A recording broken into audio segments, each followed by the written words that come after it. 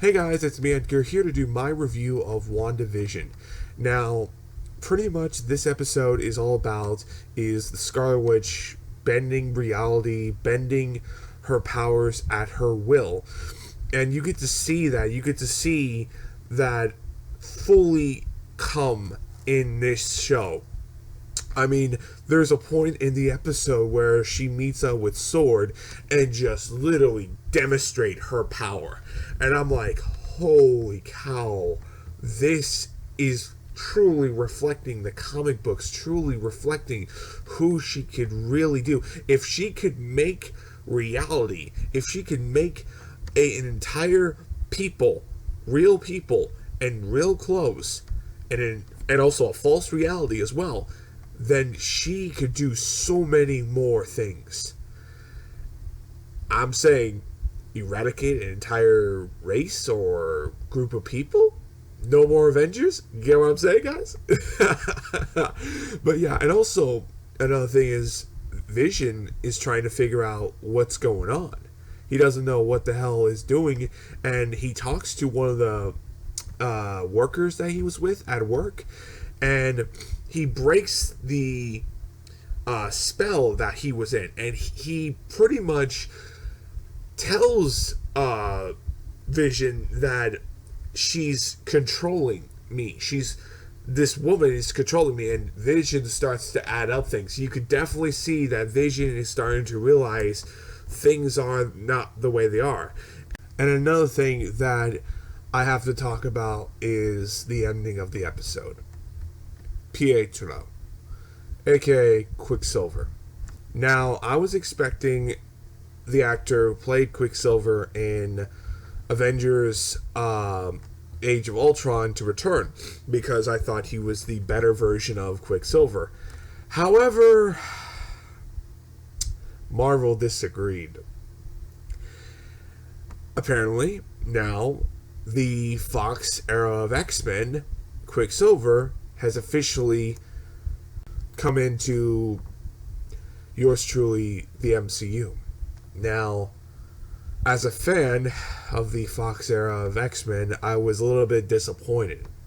But also, it kind of made me think, if she could pull someone from a different universe, a different continuity, man, oh man, she's extremely OP as fuck. And no one could tell me otherwise. Hell, they even made a fucking joke out of it, like, she can be more powerful than Captain Marvel. And I'm like, oh, we'll see about that, honey. But besides all that stuff, I was surprised that they brought in the Quicksilver version of Fox. And I was very much like, okay, they're bringing that version of Quicksilver into the MCU. Now, is this going to be fully on how they go forward on bringing some of the Fox version, or they're just going to have the Fox version of X-Men characters be into the MCU? Now, a lot of people say, oh, they're going to have their own version. I just don't see it how. I just don't see it.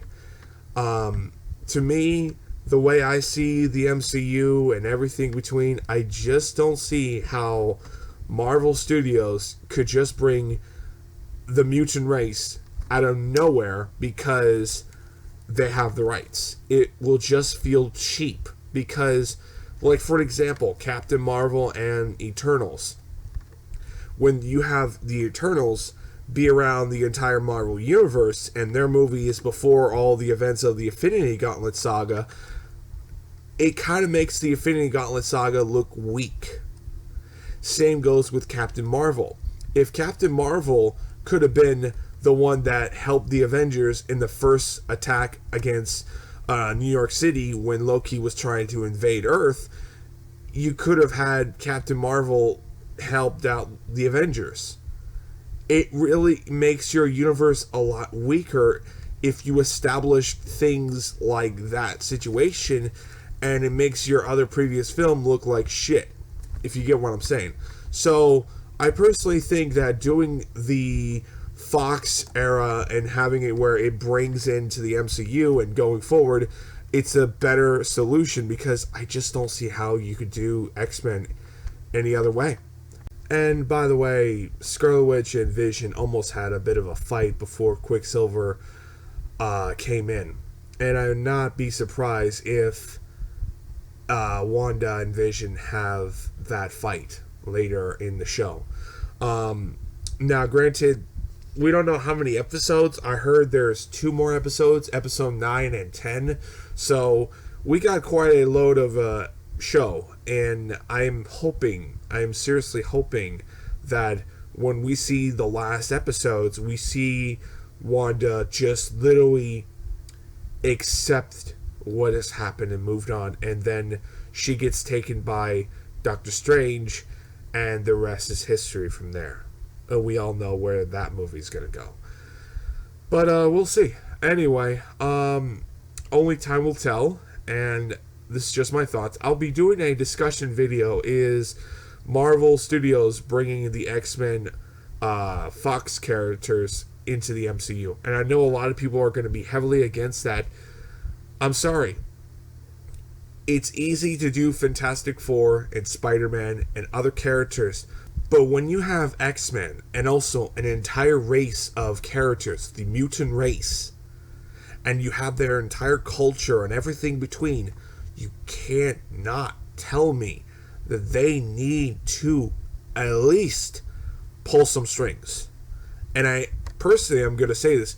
I am one of those fans that says they need to just bring the Fox era of X-Men characters into the MCU. Now, I know a lot of people say, oh, bring in Michael Fassbender, bring in some of the X-Men First Class characters, and then we'll go from there.